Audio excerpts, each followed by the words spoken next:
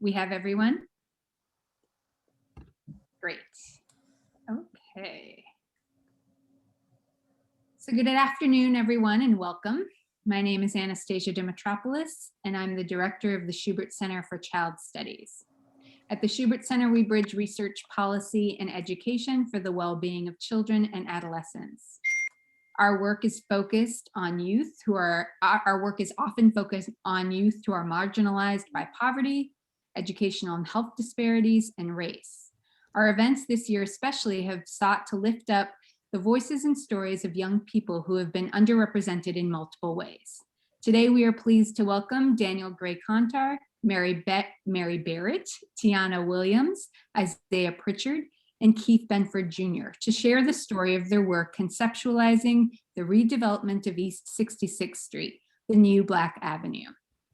It's inspiring to hear about the leadership of the Hough Youth Advisory Board, and we're excited to hear about the significant and sustainable change their efforts are creating. The Hough Youth Advisory Board currently consists of 8 residents from the Hough neighborhood, ranging from 14 to 24 years of age. The board consists of 2 committees: the Forum-Based Coding Committee, where advisors plan Hough community meetings to gather information on how residents would like to see their neighborhood rezoned, and the Public Art Committee, where advisors organize neighborhood beautification efforts, informed by the shared core values of the board and the neighborhood.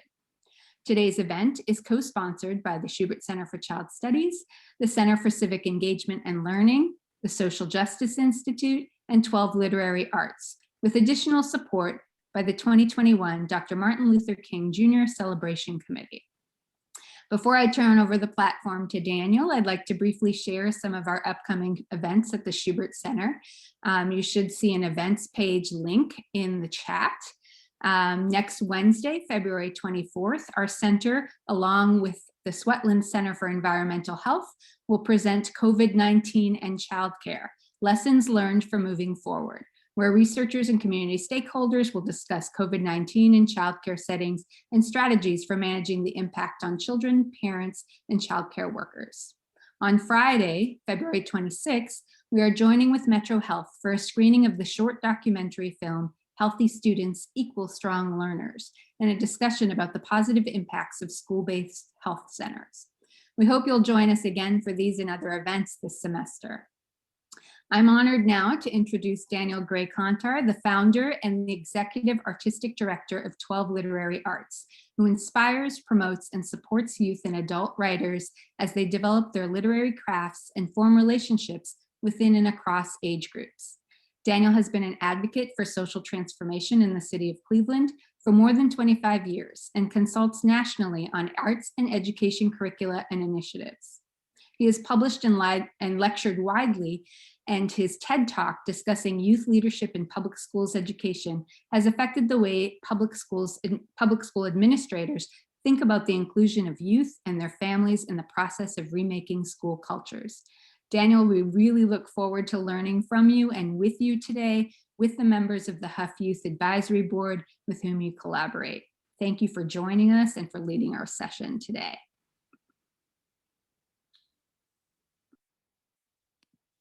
All right, so hopefully everyone can hear me. So good to be able to interface with each and every one of you. Appreciate that. I'm gonna go ahead and share my screen so that we can go ahead and get started, and hopefully you'll all be able to see it.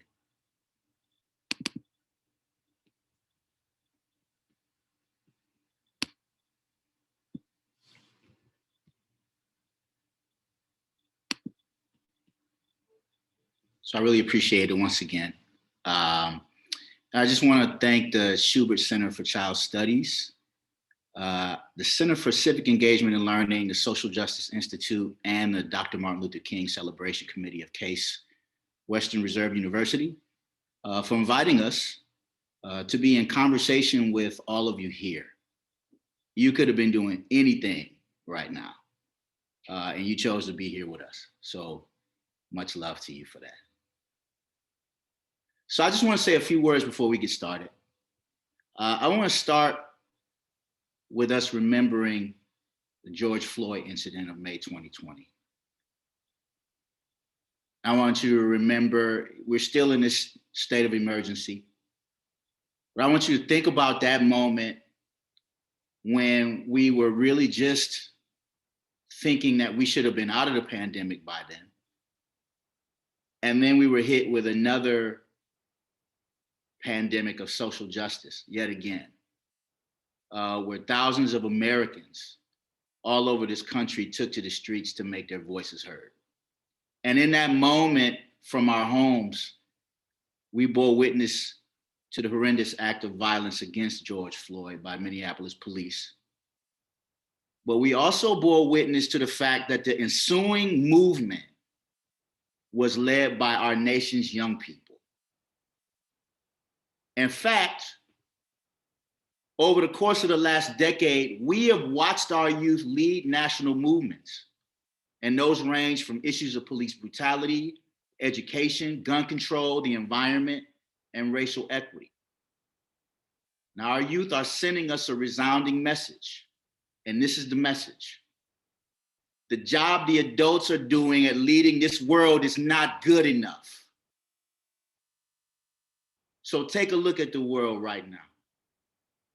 Take a look at this world that we're leaving our young people. Can you argue with them?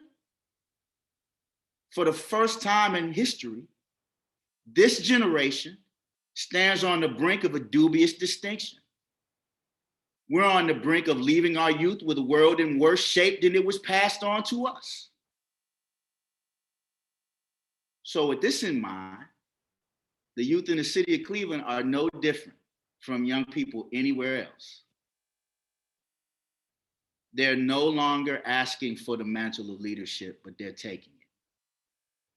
And it's been my pleasure and my privilege to work with young people who are so passionate about the legacy that they hope to leave their children.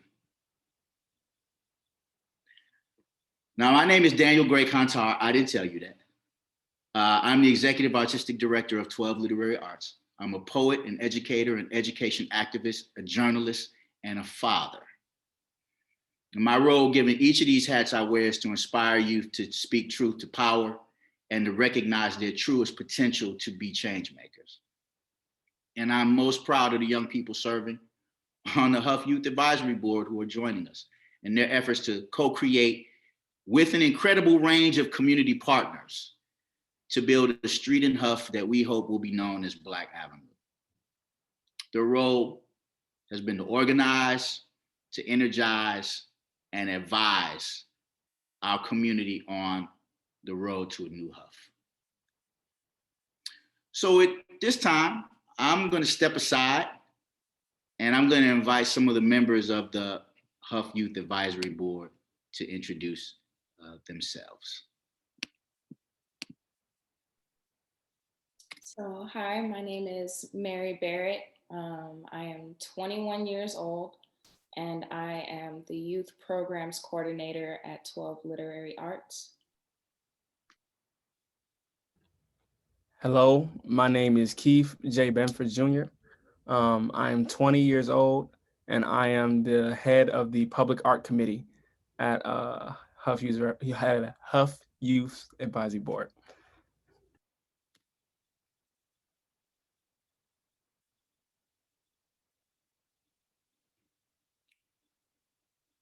I think that Zay is having some technical difficulties, which we hope to have ironed out in just a bit. But Isaiah Pritchard, we call him Zay. He's also a member of the Hough Youth Advisory Board, obviously, and he works with Keith on the Public Art Committee as another leader. Hi, I'm Tiyana. I'm 18 years old. I am on the head of the Form-Based Code Committee, and I go to John Hay Early College.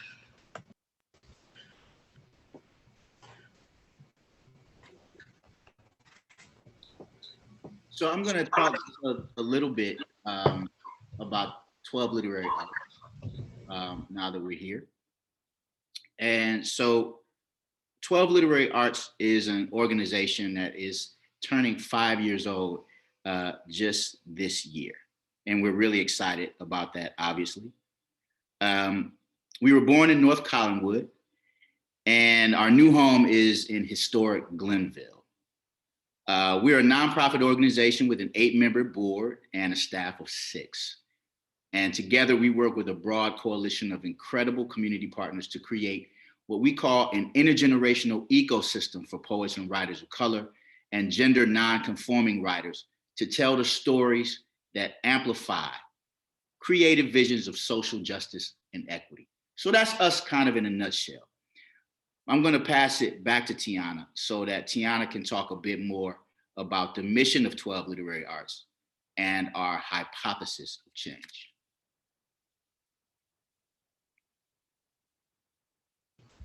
So our mission, 12 Literary Arts brings performative storytelling to the public while supporting and uplifting artists, scholars, and leaders of all ages with inclusive and affirming spaces to reimagine a world of social justice, equity, and community.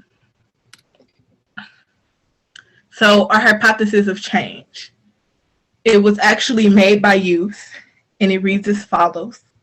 If 12 Literary Arts cultivates a safe and brave intergenerational community and uplifts youth voice for social change through storytelling, then the city of Cleveland will experience revitalization and healing through the leadership, felicitation, and activism of a family of street scholars and literary artists who will share what they know to the next generations, creating an open and self-sustained community of poets, writers, and activists, learning, teaching, and revolutionizing. And our hypothesis of change and our mission are both very important to us at 12 Literary Arts. But right now, I'm going to pass it back to Mary, who will talk about our core values and commitments. So at 12 Literary Arts, we stand on our core beliefs and commitments. We embody them through the work we do and through every interaction that we have with partners and youth, adults, people of all ages. We stand on 5 core beliefs and commitments. And the first one is that we believe in the power of youth voice. We believe that youth are the answers to the questions, not for the future, but also for the present. We believe in the power of safe and brave spaces to create dangerously and to share our beliefs openly. We believe in the power of transformative education for lifelong learners, that everyone has a seat at the table in every generation. We believe in tradition and innovation, that one cannot exist without the other, that innovation should stand on foundation and a tradition of core beliefs and values, and that tradition cannot exist without it continuously being innovated. And last but not least, we believe in love as an action in all things that we do.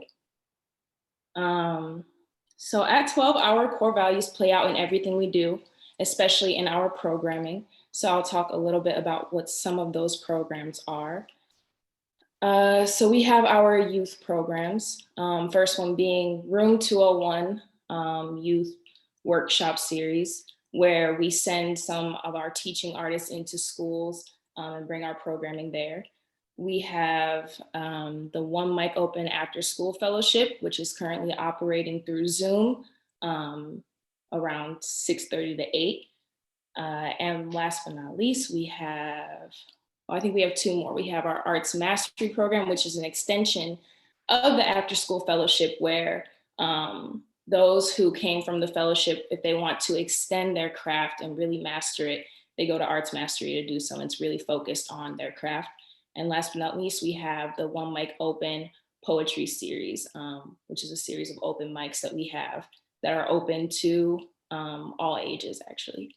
And I'm gonna actually hand it over to Daniel to talk a little bit about the adult programming.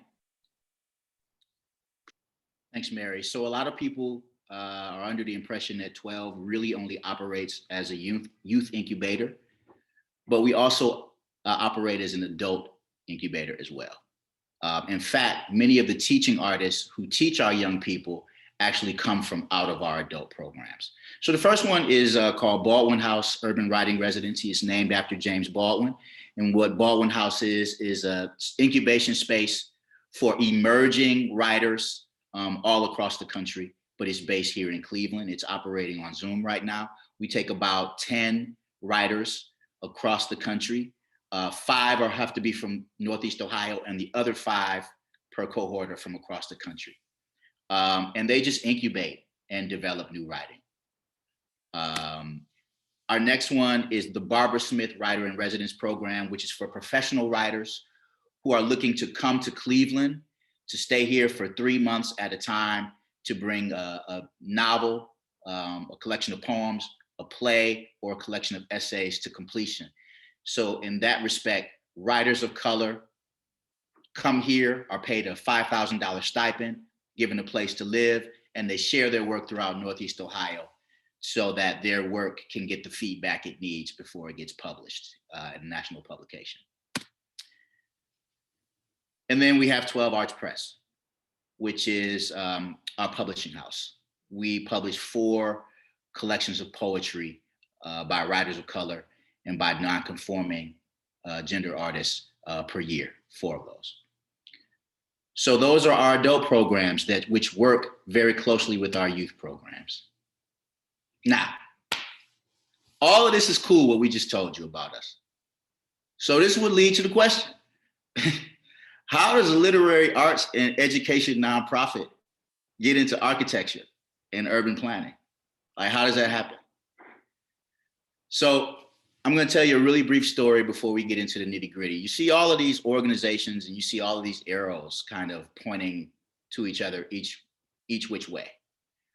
So Land Studio, City Architecture, NOACA, Midtown, all work very closely together because it is all about intelligent design. And it's all about intelligent design for urban areas. But then they gave us a phone call because there's a very special project that they were working on. This special project included lots of partners, and I cannot understate the importance of great partners.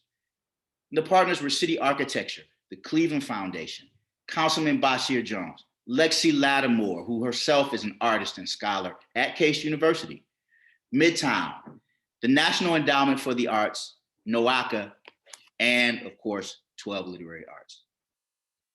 So in the fall of 2020, Land Studio in Midtown reached out to 12 Literary Arts and Lexi Lattimore to participate in a Transportation for Livable Communities initiative for East 66th Street, which is right in the middle of Huff. The idea here was for all of these institutional partners to work with residents of Huff to create walkable 21st century street right in the middle. But it seemed at first like something was missing. They had all those other partners that you saw in the previous slide. But they also had the foresight to say, you know, artists have the capacity not just to inform the design of a space, but to also design the way in which a community is interacted with. And why is that? That's because artists are always in their work interfacing with community, because art is a reflection of the community, which is why we're such an indelible part as artists of the democratic process. So they had the foresight to write a grant to the National Endowment of Arts, asking if artists could be a part of this TLCI. The application was granted, and here we are. 12 Literary Arts became a part of this project, but it was just the beginning. Because what they recognized about 12 is that we have core values that we shared with you, and that those core values involve making sure that youth are engaged in the process of community design and engagement at the very, very beginning.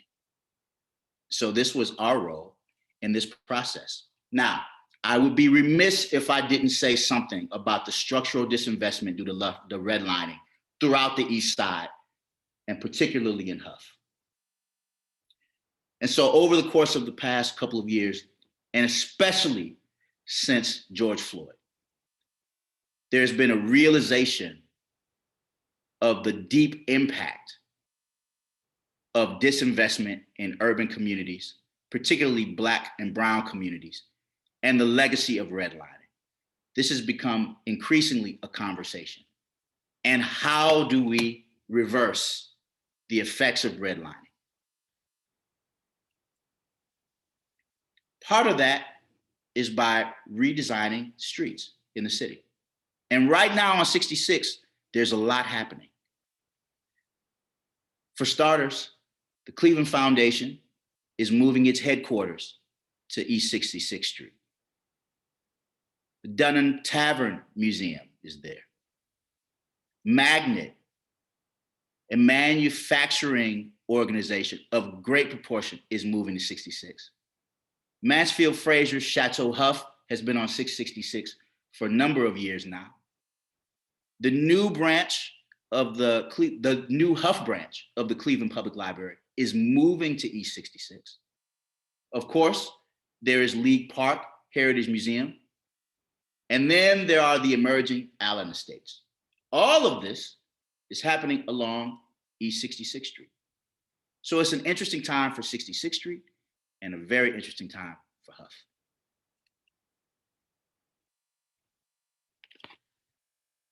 And so now we want to talk just a little bit about the rise of what is being called Black Avenue, which is East 66th Street.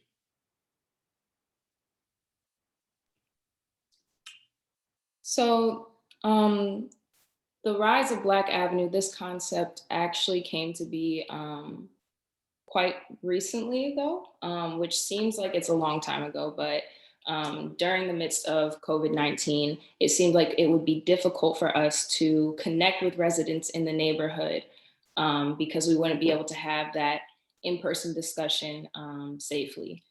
However, it was also a time when things started happening more digitally, and Zoom gave people the platform to speak with each other without having to deal with the complications of travel. So we actually ended up having a lot more residents who we were able to connect with. So we decided to have a series of focus groups through Zoom where we engaged residents in Huff of all ages, from young teens all the way through to seniors, where they shared their memories and stories growing up and living in Huff. And it was through that recollection of memory that came a quote that actually sparked this concept of Black Avenue. So the quote was, let me move this to the side. Okay, so the quote was, "Huff is a beautiful place. I always wanted a place that was called Black Avenue. We know where Little Italy at. We know where Chinatown is at, but we don't know where Black Avenue is at. The place where everybody can play hopscotch, tables out there playing dominoes, barbecues, tables out there. The one strip where everybody is connected. Huff is a beautiful place in my memory, and it can be again." So it was after this quote where, this quote kind of gave context for people to begin to draw from their memories and not only remember what it was about Huff that made them feel safe and like they had something to do, but to also make them think about what it is that they wanted to see in the future of Huff. So what did they want Black Avenue to look like? They wanted a street that is designed to attract youth and families. They wanted a street that is designed to unify all of Huff. They said that they wanted a street that invites intergenerational gathering. They said they wanted a street that does not feel like a concrete jungle. They wanted a place with lots of murals, words of affirmation, and culturally responsive images so they can really connect with the space that they live in. They wanted a street that is walkable with a section that limits car traffic. And they wanted a street that is well maintained. So these were some of the concepts and themes that came out of the focus groups with the Huff residents. And out of this work actually emerged the opportunity to continue to work with the youth that reside in the Hough area. And I'm actually going to pass it over to Keith to talk a little bit more about what that looked like. Yes. So out of all the focus groups, they gave the youth the chance to continue working on putting their unique perspective into the development of 66th Street. So what they did was they invited a group of youths, including me, Tiyana, Mary, and Zay, who you can all see in the picture. They invited us to city architecture to place ideas on a map of 66th Street of what we would like to see in the neighborhood. And many beautiful ideas came out of that session and came out of that day. And we decided that we wanted to continue working together. So that's kind of where the origins of the Youth Advisory Board really came from, that meeting. It took us a while to kind of like get everything situated and get ourselves on our feet as an organization, but everything kind of came together in November of 2020. Currently, we have 8 members residing in the Hough neighborhood that's all working under us. It is comprised of a youth working board, which is the people that you see here, and a board of youth advisors. And pretty much the difference is that the advisors, they're the ones that are informing everything that we're kind of doing as a working board. So everything that we do, we kind of run by them, and they bounce back ideas and kind of approve everything that we do for the most part. And we have 2 committees, the Form-Based Code Committee and the Public Art Committee. And all the youth are paid a monthly stipend for their service. God is good. And now I'd like to pass it to Tiyana so she could go a little bit more in depth on the work we've done in form-based coding.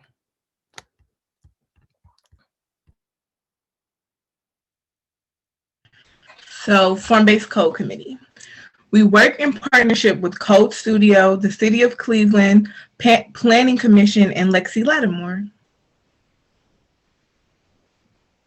We host Zoom sessions with neighborhood residents to gather information about what kinds of homes and businesses they would like to see in Hough moving forward.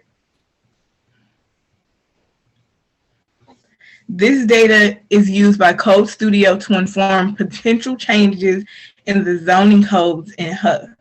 And over here, this is a map from the Freedom Zone meeting, which gave residents a chance to tell us what they wanted to see. So we laid out maps and allowed them to write their visions.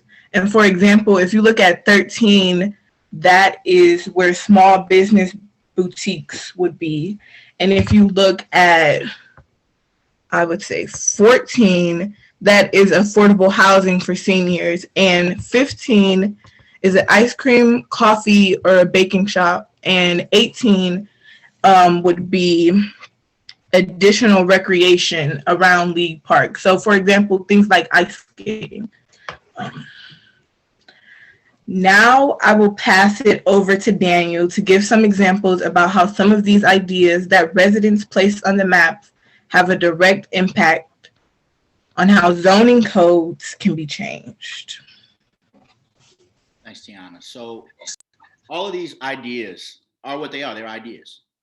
It doesn't necessarily mean that these are things that are going to happen, but these are ideas that residents in Hough would like to see. So with this in mind, there are some things that even if they could come into fruition, can't. Why? Well, because of the zoning codes. And so this that you see now is a perfect example. So right now, if you see everything that has a number 22, it's right here where League Park is. League Park is number 18. And then right across from that on Linwood, there's number 22s all over the place. What the residents are saying with number 22 is they would like for those to be retail shops. That's what they would love to see there. Now, right now, there are some residential homes that are there. And what I'm going to do is I'm going to show you what that block actually looks like in real time. So here we are on 66, and we're headed east along Linwood. So as you can see, this is empty here. My understanding, this will be a plot for the Allen Estates, but let's not worry about that right now. All of this is empty.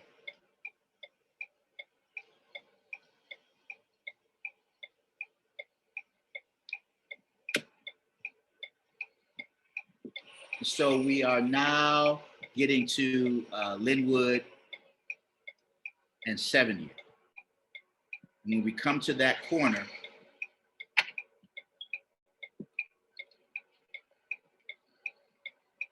you're going to see that that's also empty.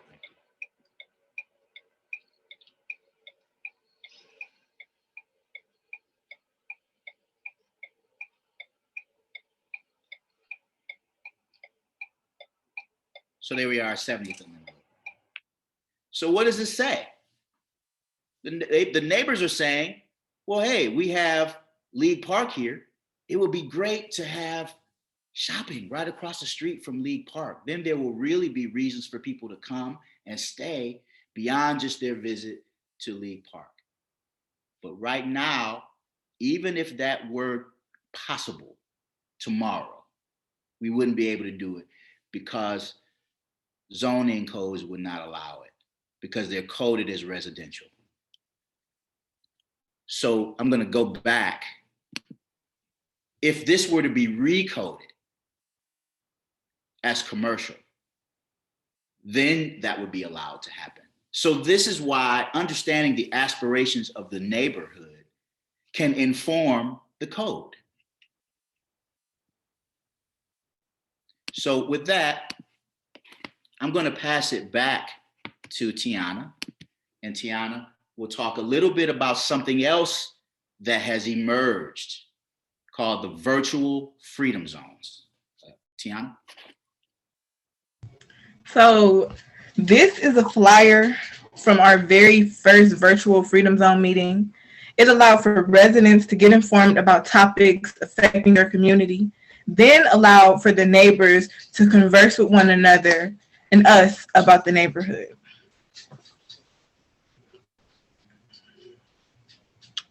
So more about the Hough Virtual Freedom Zone.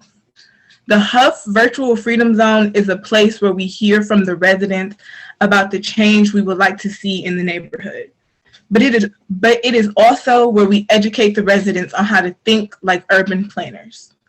Past virtual freedom zones, we have taught residents about the history and legacy of the redlining and about the impact of zoning practices on urban development. Future virtual freedom zones will unpack new ways of convincing urban architects and will offer a course in Real Estate Development 101 in partnership with Midtown Development Corporation.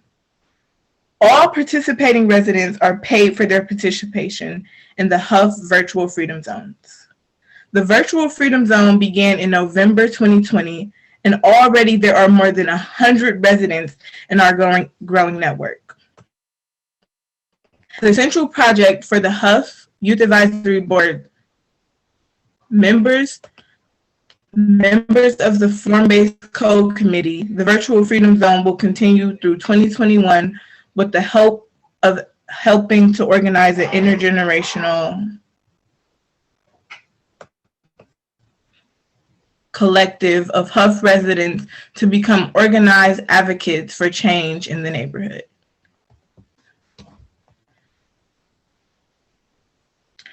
I'm going to hand it over to Keith to let y'all know about public art and the Hough Youth Advisory Board Committee.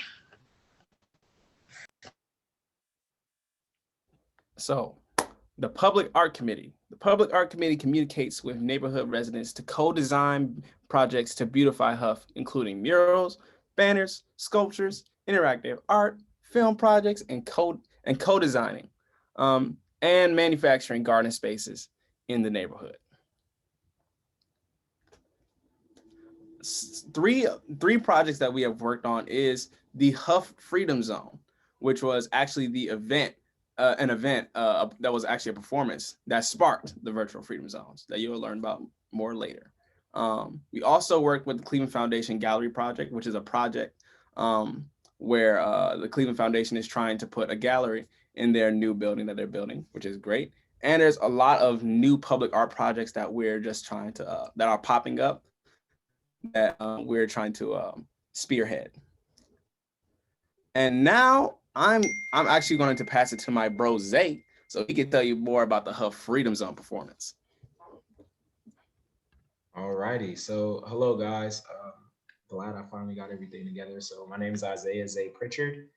Just to recap from earlier, I am one of the heads of the art committee, and I'm 25 years old. But to jump into this slide, so this just shows a picture in which soon here shortly, Daniel will be playing a video from the actual Freedom Zone performance. But the virtual Freedom Zone, as was spoke about earlier, was one of the events that we had that was very successful, in which was based off of this performance in itself. So this performance was professionally recorded and streamed as part of the virtual Freedom Zone concept. Members of both the art and form-based committees were involved in this, which were Mary, Keith, Tiyana, and myself. It was headed by Lexi Lattimore, who helped orchestrate and put things together, and of course, get us funding to be paid for this event. And then it included art, poetry, spoken word, dance, music, storytelling, information about redlining and anything possible that you could think of, food, mask, everything. It was amazing.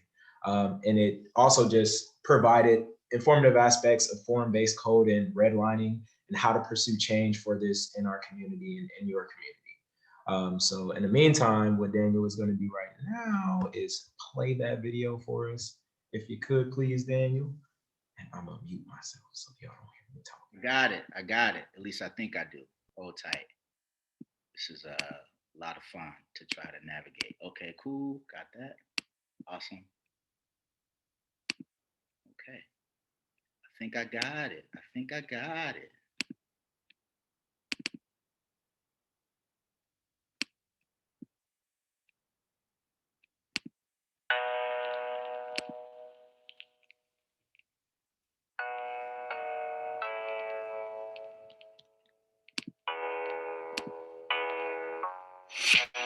The morning sun has risen again, a memory that is our bane, casting shadows, shadows of people and dreams that never were, people that became shadows, turning away from the cause, kinsmen conniving to create caucuses.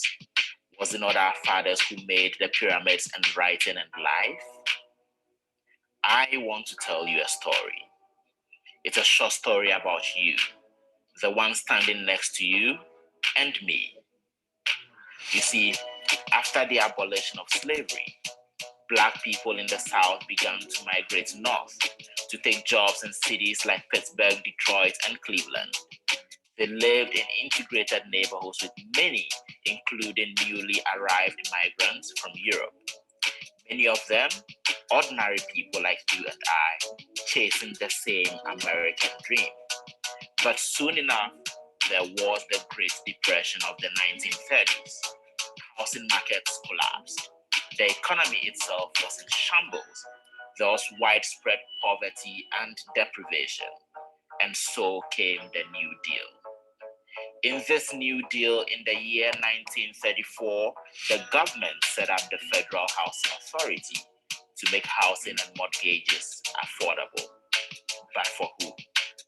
To make these mortgages, the Federal Housing Authority and its Homeowners Loan Corporation commissioned the drawing of security maps to determine who received federal support and who did not. These maps are what has come to be known as redlining maps. With this map, neighborhoods were divided on the basis of who lived in them and then graded A to D. A for the best and deserving of federal support, and D for the worst, undeserving of any federal government-backed assistance. A, were majority white neighborhoods like the west side of Cleveland, and D, were majority black neighborhoods like the east side of Cleveland. A, neighborhoods were considered safe, and D, were considered dangerous. For this reason, people living in redline neighborhoods like Huff, Glenville, Mount Pleasant, Buckeye received no mortgage assistance because according to these maps, they were high risk.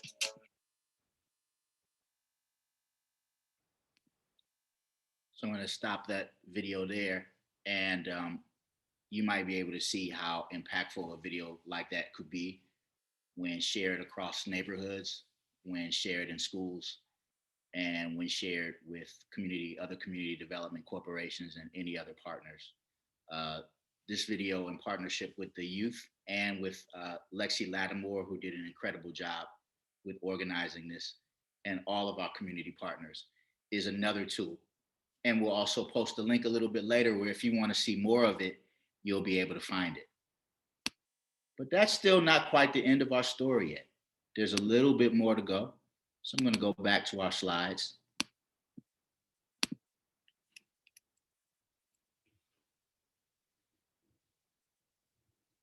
So after the Huff Freedom Zone, another project that the Hough Youth Advisory Board has participated in involves the moving of the Cleveland Foundation to East 66th Street.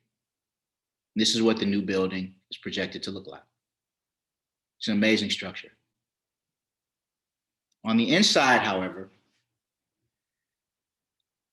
neighborhood connections, which many of you are familiar with, are going to be housed on the first floor. There will be some conference rooms available to all.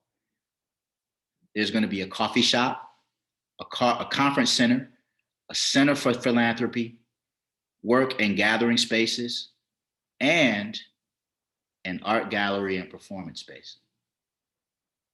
And so it's with this in mind that they invited the youth of the Hough Youth Advisory Board to once again participate. And so what we did was we interfaced with the neighborhood yet again.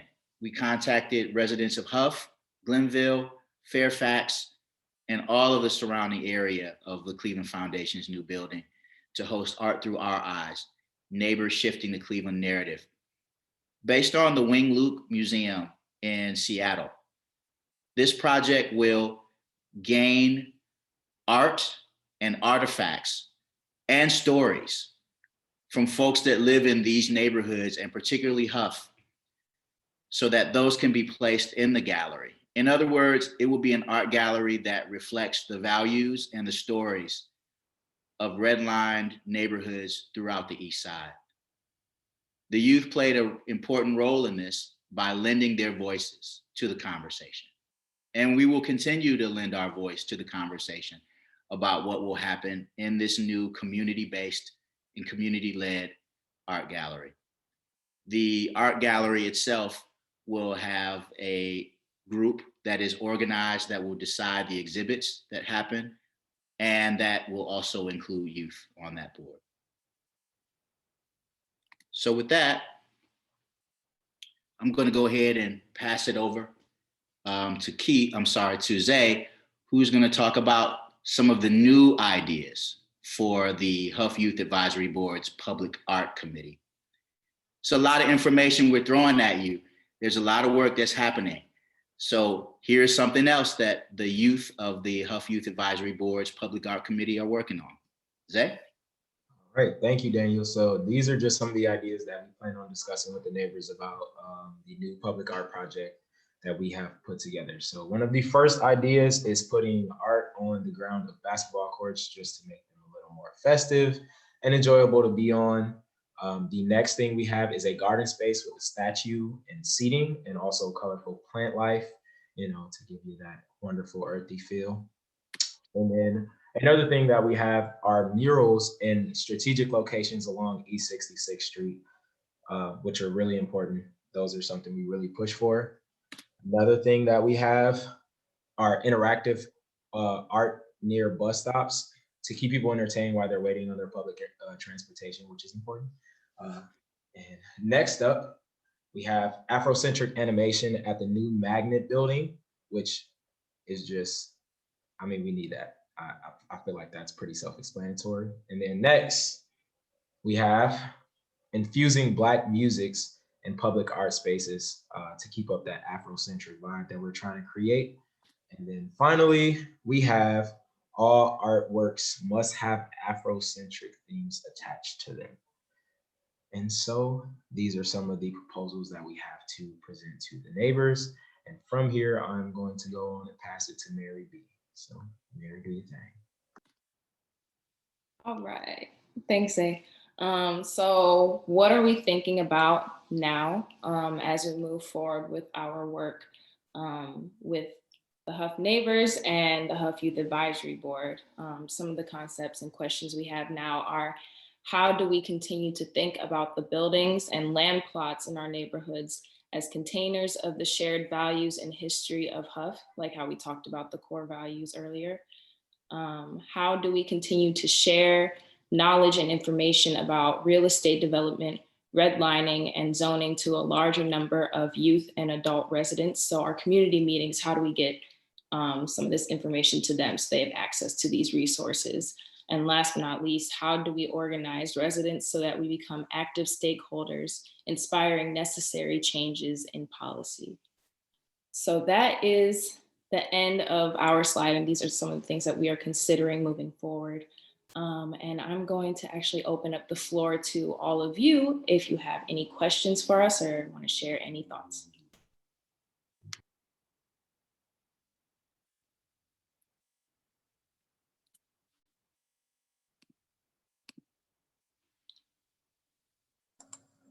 This is great. Okay. So looks like there's a couple ways that people are communicating with us. And Sandy, thank you for this question. Sandy Kreisman asks, what is Code Studio? You asked a really great question, Sandy, appreciate that. So Code Studio is an organization. They are based in two Texas cities. They're based in Austin and in Houston. And what they do is they essentially they take contracts across the country where they help inform the way in which different municipalities use form-based coding. So there are a lot of, for example, Cleveland zoning codes are really, really old. And so part of what Planning Commission Director Freddie Collier at the City of Cleveland is interested in are these pilot projects that will help inform potentially the way in which form-based coding can help the city think about changing the zoning codes.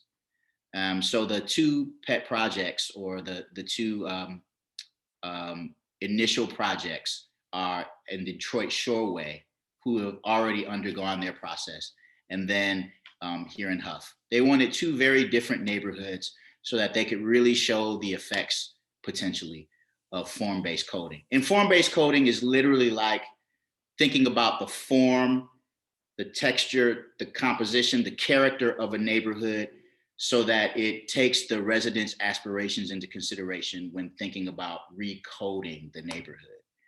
And so they do this work all over the country. And they are now partnered with the City of Cleveland to see if this might work here. And we are just grateful to be a part of energizing the Hough community in thinking about form-based coding. Hope this answers your question. And thank you for that really great question, which really was, who is Code Studio? But it gave me a minute to geek out. Dan, we got a lot of questions, yo. Oh, okay. Some of these questions we can answer like all at the same time, because some of them are like, a lot of them are like, how can we get involved and what's the time frame of it? That's cool. Keith, can you navigate through some of this? Navigate through some of it? Yeah. It's a lot. What was this? The one after the one I just answered? Can you tell? What is Code Studio? And so we are getting several that are asking how can they get involved, and what's the best way for them to support us moving forward and the Hough community moving forward. And then there's another question. The only one that is separate from those three is, what is the time frame for this? Okay. Do you all want to respond to how folks can get involved? Like, what are you thinking? Absolutely. So I guess I'll be the one to say something about this. So one of the easiest ways to get involved is just being part of these meetings that we're holding. So this is for people who are anything that we come up with in these boards, we're presenting to the neighbors and people who are involved in the community. So the biggest part is people playing a role and actually having a say so in the things that we determine or come up with as good ideas. Once we get those ideas, we use the funding that we've been provided to get to work on the projects that we've put forth for those people. So one of the biggest ways is reaching out to other people and advising them to get involved in the meetings that we're having for everyone that's involved in the community.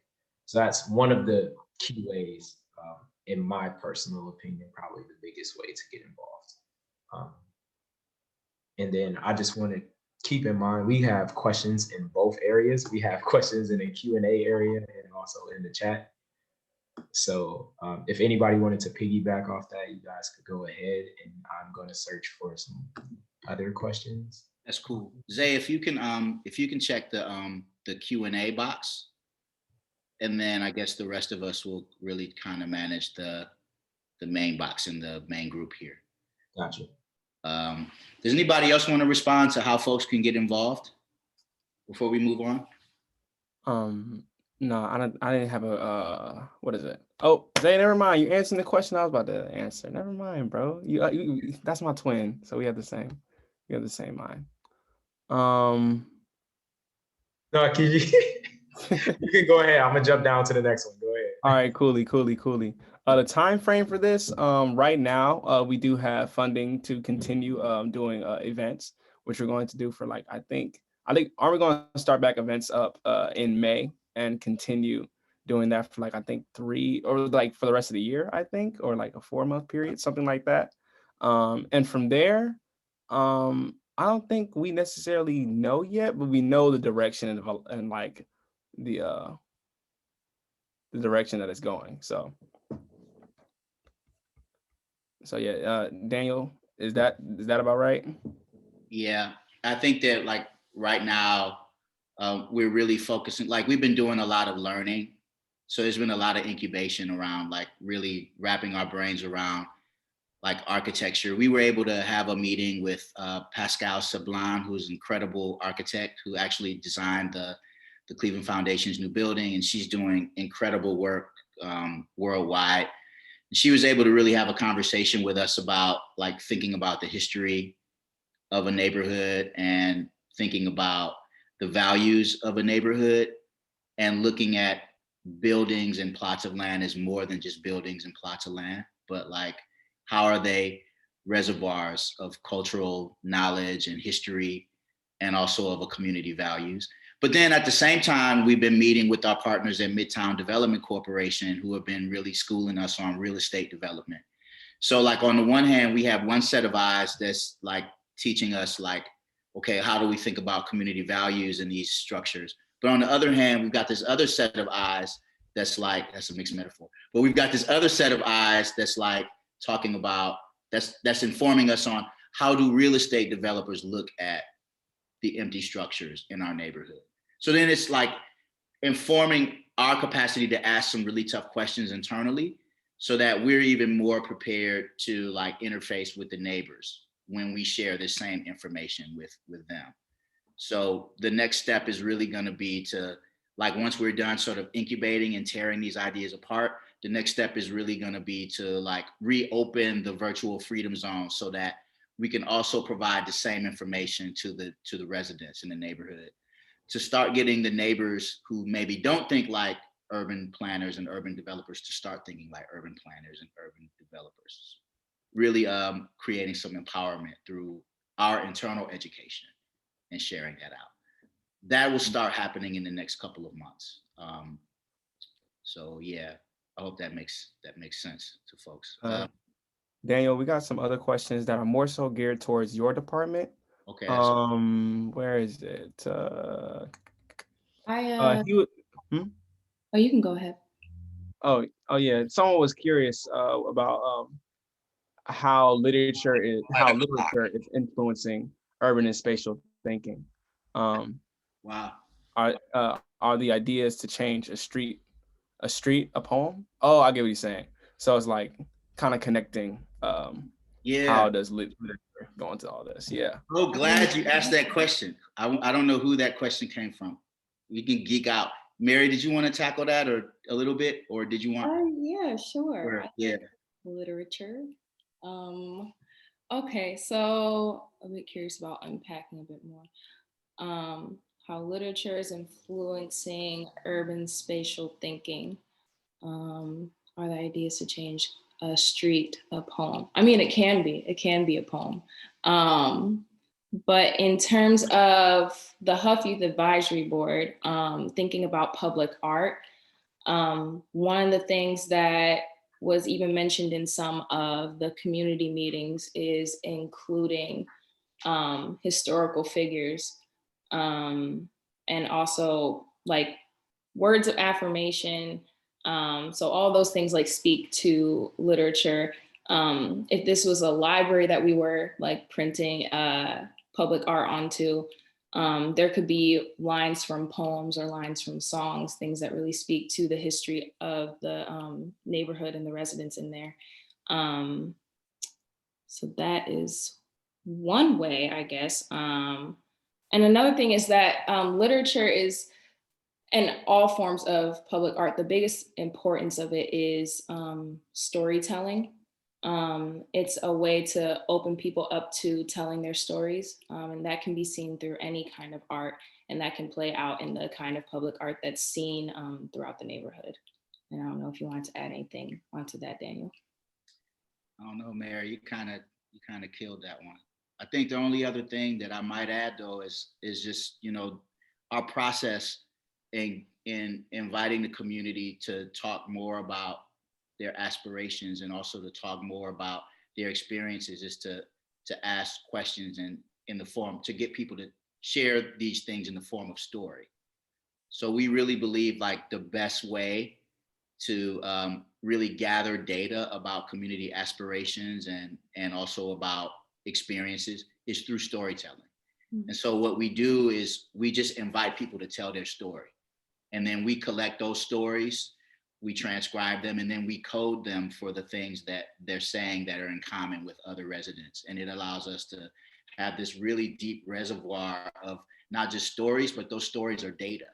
So we're able to use that data in order to communicate to whether it's our partner Code Studio or the city of Cleveland about this is what the community is saying.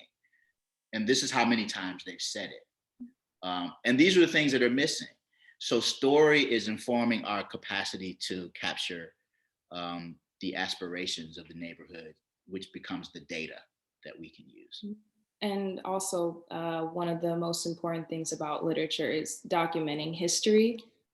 Because I mean, what is history if it's not documented? You don't know if it happened or not. So that's another really important thing about transcribing our meetings so they know that this happened. No one can say that, oh, no one said that, so we have an excuse to not give the neighbors what they've been asking for. It's been documented. Steve Litt asked a question that's really important. Hey, Steve, so great for you to be here. Steve asked, when will the draft code prepared by Code Studio be shared with the public in Huff? And how will this group participate? So our understanding is that the draft code, they're going to be working on it at the end of March, and the draft code should be ready sometime April, May. The next step after that, Steve, is for it to go to the city so that the city can deliberate on what does this mean? What are the implications? So the most important thing, once the code is ready, it'll be presented to the folks that have been involved in the process. That'll be in like May, but then like it has to go to the city. It has to go to the council. And what'll become really important in answer to the second part of your question is for this body and then for others in the neighborhood to champion form-based coding so that city council and folks at the city understand that this is something that the residents are behind as well. So look for something like around like late April, May-ish. And then, you know, hopefully we'll also be able to gather enough residents to fight for change. So thanks for that question, Steve. I hope that answers it effectively for you. Daniel, there's another question that's kind of in that realm. Is there, from Brandy Green, Okay. Is there access to any of the mapping meetings and other data you have gathered? Absolutely. Yeah, absolutely. So there's a couple ways, and what we'll do, and I should have had this ready, but there's actually, we can send you the website and I'll look for it and I'll paste it in the chat so that you can see what some of the residents' ideas are at this point. So I can actually copy and paste that in the chat so that you can see it.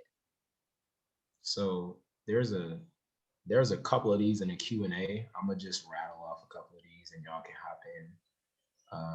And let me know if you guys have answered these already, because I've been typing and I've been somewhere else typing these answers. So just let me know if y'all answered these. Sandy asked, how has being a youth community leader changed the way you see the world? Yeah, Keith, go ahead and handle that, brother.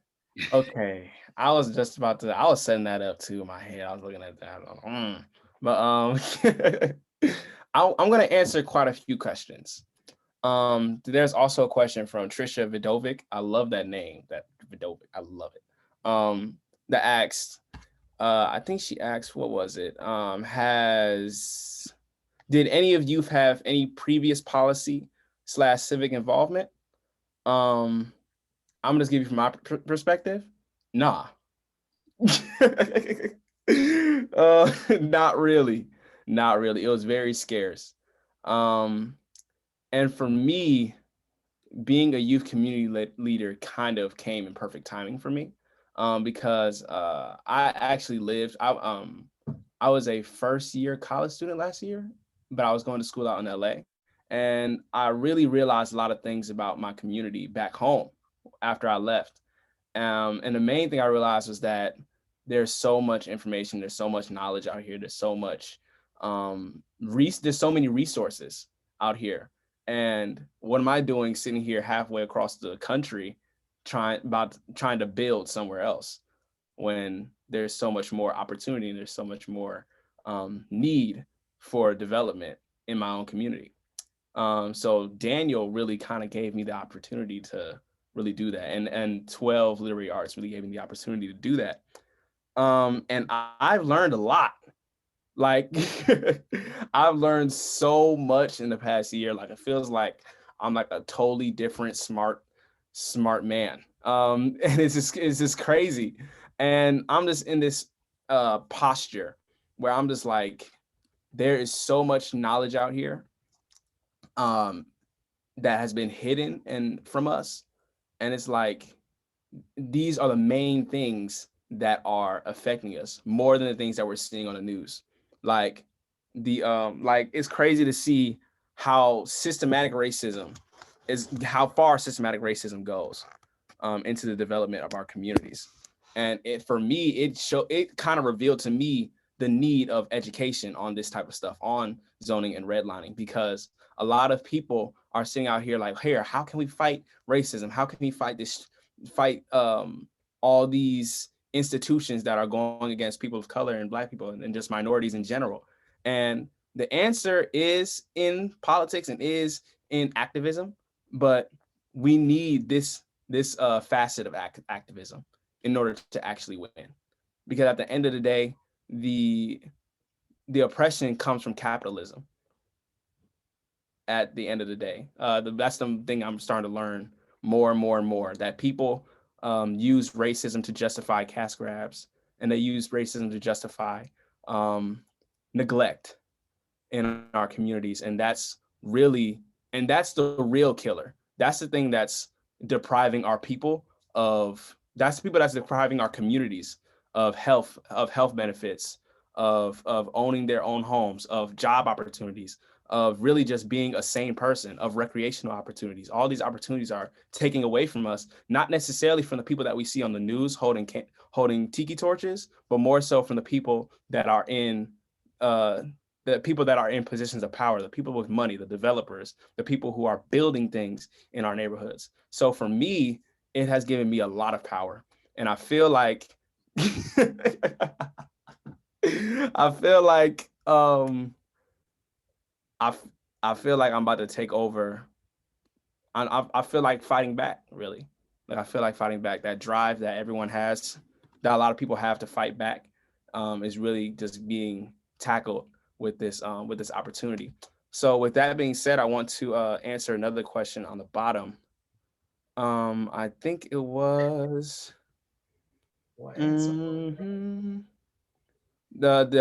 if you're aware of the neighborhood transformative initiative being implemented in Wood Hill, what advice do you give for encouraging authentic youth engagement during that process? That's from Ebony Clayton. I'm not aware of that, but the first step is for giving people opportunities from the older generation. That's really one of the first steps, is really just giving people the opportunity, giving people the, what word am I looking for? Giving people the knowledge that there's opportunities for them in this field of work. I never would have thought that I'd be able to do this before Daniel and Mary kind of came to me saying that this was a whole field of study and of work. I never would have thought that I'd be able to do this last year. And yeah, that's really where it started. It started from people that are older than me, the generation that's older than me, really looking at themselves and looking at the situation truthfully, wholeheartedly and honestly, and giving us a seat at the table. That's the first thing you can do. And that's all I have to say. It sounds really simple too, Keith. Like on the surface, it sounds like, yeah, of course, but it's like it never happens. And I think that Mary and I have and Tiyana, we worked together for some years now. And I think that one of the most frustrating things that we come across is, Mary, I think you want to finish my sentence. Well, all right, cool. One of the most frustrating things is like people, oftentimes institutions saying, we need youth to respond to this, and then scrambling to try to find young people to respond.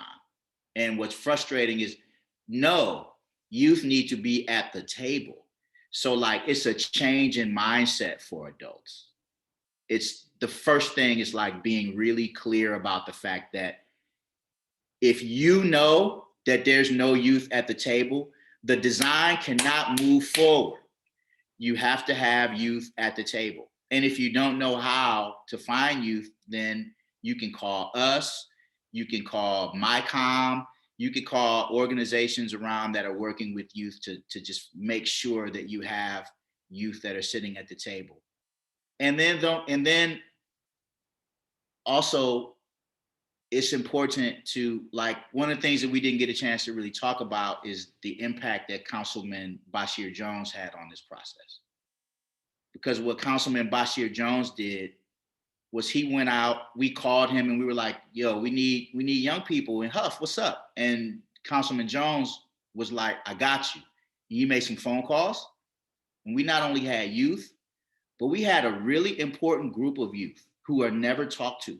And these are youth who are either recently released from incarceration or youth that used to be in street organizations but are now trying to make change. This is an important group that nobody ever talks to. As a matter of fact, the concept of Black Avenue comes from one of those youth.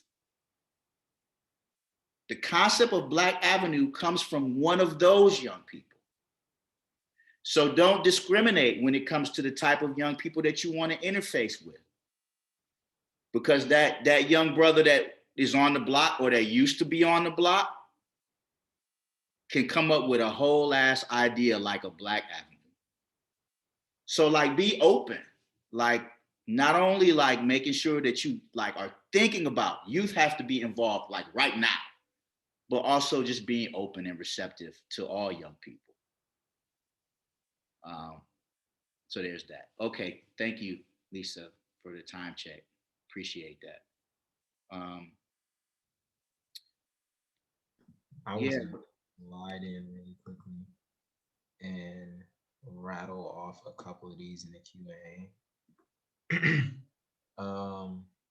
So I know, well, Keith, I think you sold yourself a little short when you said you had no previous involvement in anything, because the Freedom Zone project was something. So yeah, you sold yourself short, buddy. Nah, because I'm talking about before this is all made. Like I'm talking about before See, they but even started coming up with the Freedom concept. Zone was a completely different thing. So I think you're selling yourself short, brother. Yeah, just a little. All right, twin. All right, twin. I got your back, brother. I'm gonna take care of you.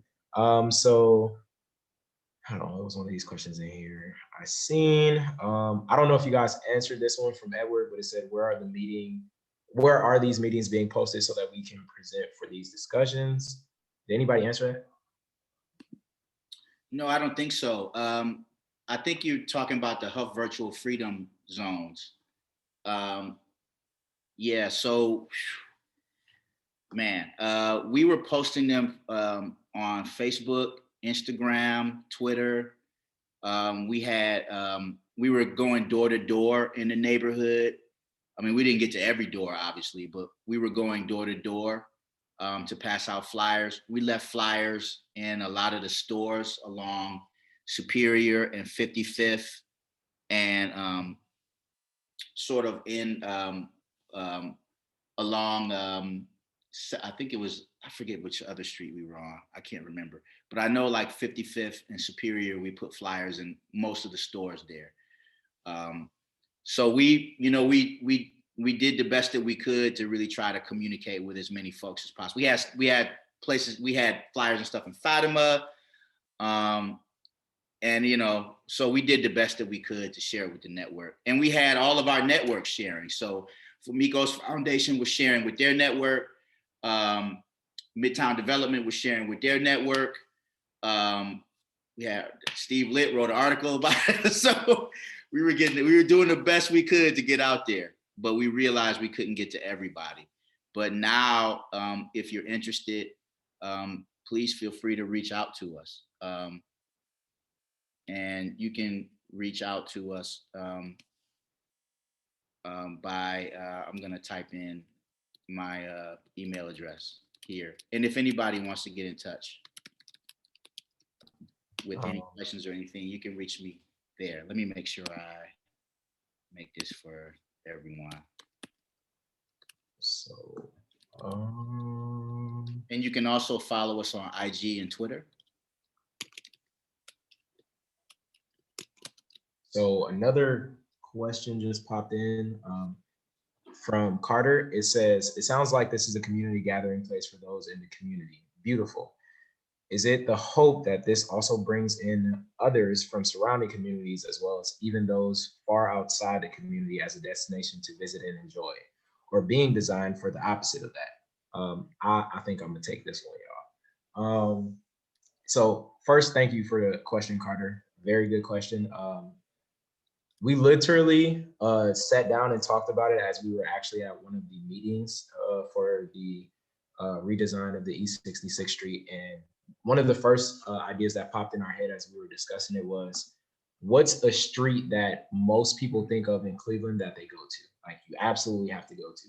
The first street people think of is downtown, and that's East 4th. Is it East 4th? Yeah, East 4th Street. Because of all the shops and the culture and the vibes that you get from the people around there, that's one of the first streets that people think that they have to go to because of everything that's offered there. So we wanted to kind of instill that same idea, but also with a residential feel. So another street that people think of outside of downtown is Coventry. Coventry has a lot of culture, it has food, it has people, it has the same things that you would get from like an East 4th Street, just without the business aspect of all those high-rise buildings around it. So we wanted to infuse that but also keep the idea of Black Avenue and Black culture the main premise of East 66th Street while recreating it, but not just for Black people. We wanted to create it for people of every single color, shape, and form, even aliens if they want to come. So to answer that question, it is made for everyone to come and enjoy it. However, it is centered around Black history and Black excellence. So I hope that answers your question. And there are lots of other, that's spot on. And then I think we also just want to be clear that like, we're just one arm. We're just like one arm of a lot of arms that are really, really working on this. And I have to say that, like a lot of people ask the question similarly, like, can this same kind of process happen in other parts of Cleveland? And maybe, but it really takes the partners. So the partners that we have had are incredible. And there is no way that this would exist without them. There's no way.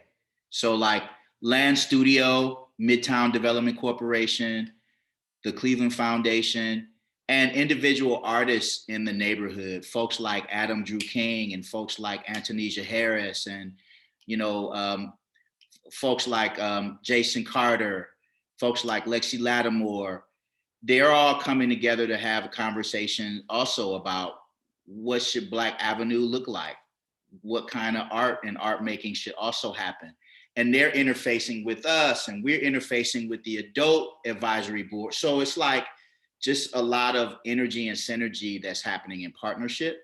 So for stuff like this to happen or even to get to this point, it really takes that authentic partnership of so many players and actors. And we're just really, really grateful and blessed to have incredible partners that are thinking about this stuff right along with us. We're just one group of many.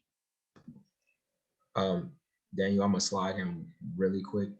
I think, Keith, I know you answered this question, but I think it would do a lot of justice if all of us answered this one. So I'm gonna taper back to the question by Sandy that is, how has being a youth community leader changed the way you see the world? So I think that's an important one for all of us to answer. So I'm gonna open the floor to Mary. Yeah. Is it okay if I add on to that? There's another question that's kind of similar from Edward that says, as artists, how has making work, how has the process of working on this project changed you and the way you think about community engagement? So I'm gonna put those kind of together and hope that all of us can kind of speak on that for ourselves individually. For me, I've been with 12 for as long as it's been around, for about 5 years now. So when it was really focused on literary arts, and one of the biggest things was community building within our space. So with every single program that we've done, every semester, we would go through the same process of community building activities and creating kind of like a second or third home for everyone that was involved in the programming. So it was kind of like we were already doing this work, but it was for literary artists and writers. And once we started getting into this work, it made me realize that it goes so much further than just 12. And it made me think about my own neighborhood and how growing up, it hasn't changed much. If it has, it's only gotten probably worse. And what it meant to have community building within my home, where I grew up, which is something that I didn't really have, like with my neighbors. And this work with the Hough neighbors gave me an idea of what that could look like. So that's personally for me. Anybody else can. T-Flight, you wanna piggyback off that?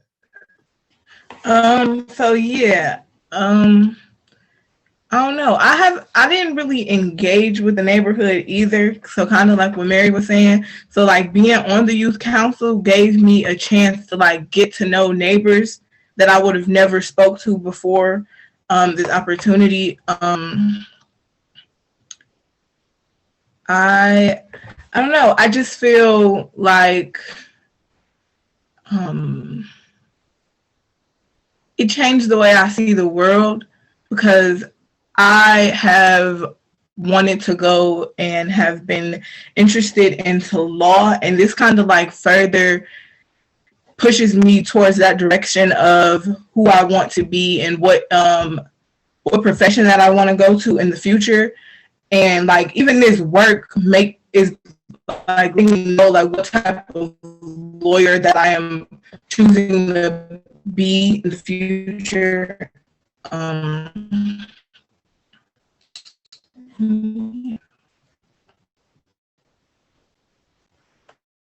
All right, so I'm gonna slide in and answer like 3 of these questions real quick. So I'm gonna start with Sandy's, the one that was, how has being a youth community leader changed the way you see the world? To just simplify that answer, I mean, I tend to think if you've been anywhere out of where you live and you go somewhere else, you always notice the things that people who don't live there don't notice. Like I'm a really big advocate for cleanliness on streets. So I love seeing trash cans and places to throw things away. So the way it has changed me is in one of our previous projects me and Keith were putting together. We was like, man, I love trash cans so much. Let's put trash cans on every corner. Well, we didn't even think about how much detail had to be applied to something like that, to such a simple task that you think. Because, you know, I went to California before, and as I was riding to California, I was like, man, it's so dirty. Why don't people just put stuff in trash cans? And then I didn't realize, well, there's not a lot of trash cans around. And then I didn't realize there's so much planning that has to be done before you can put a trash can on the end of that corner. So that's how it's changed me. I've definitely had to understand the idea of very thorough planning. And then it was Edward's question that was, as an artist, how has the process of working on the project changed you in the way you think about the community engagement? I think that same answer kind of goes with this question also, but it also has made me look from the light of people who live outside the community and people who live out inside the community and people who have grown up in the community, because living somewhere doesn't always mean that you've endured the same as the people who have been living there for 20 plus years. So obviously with residents who are seniors here in like Huff and have lived here for over 30 years, they've experienced a very different experience from what we have. And so it's just given a little bit of more detail and understanding to what we see. And then there was one more I seen on the side. It was Quillian. I hope I said that correctly. I'm sorry if I didn't. The question is, how many of the youth members are considering going to architecture school? Better asked, are any considering the field needs you? After Miss Pascal's meeting with her, which originally I went to college to be an architectural engineer, and I did not continue to pursue it, but after that meeting, it's something I definitely would want to jump into. However, that is a lot of school, and I ain't getting no younger. So, you know, I might let Mary, Keith, and Tiyana handle that one, and I just root from the sideline. So yeah, that's I hope that answers the questions. I submitted my answer into the chat, so I'm gonna let Keith go ahead. In architecture, I've thought about it. Ironically, like before I even was like, once I heard what architecture is, I'm like, oh, dope, building houses, cool. That's really nice. Designing houses, cool. But I don't necessarily see like myself going into architecture specifically, but I do see myself going into like real estate development and developing homes. But I'm still young, so things change, ambitions change, life changes, and also kind of maybe if I could speak on behalf of the rest of the people in our group, a lot of them are really young, like 13-year-olds, 14. Most of them are 17. And for the most part, I know that most of them are artists. So I don't think any of them communicated about having a full-on involvement in architecture, but we are definitely all interested in the field, and we're definitely interested in what comes with being in this kind of field, So I think we have to wrap up. It's 5:29. We've got a minute left. So we want to thank everybody. I hope we got to all of the questions. If we didn't, we really apologize. Please blame the head and not the heart. Truly appreciate having the opportunity to share time and virtual space with you.